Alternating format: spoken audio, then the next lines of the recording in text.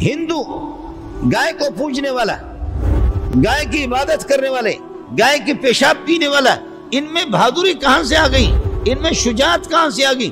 وہ کوئی بہادر نہیں ہوتا، لیکن وہ سمجھتا ہے کہ مسلمان پرلے درجے کے بے غیرت بزدل بن گئے، اس لیے مجھے جو کچھ کرنا ہے تو میں کروں گا۔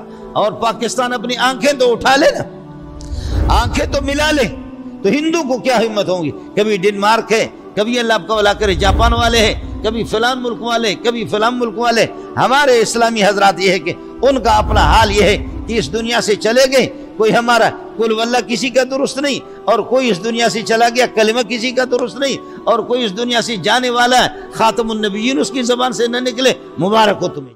انڈیا جیسے بے غیرت وہ ہمارے نبی پر تبصرہ کرتا ہے،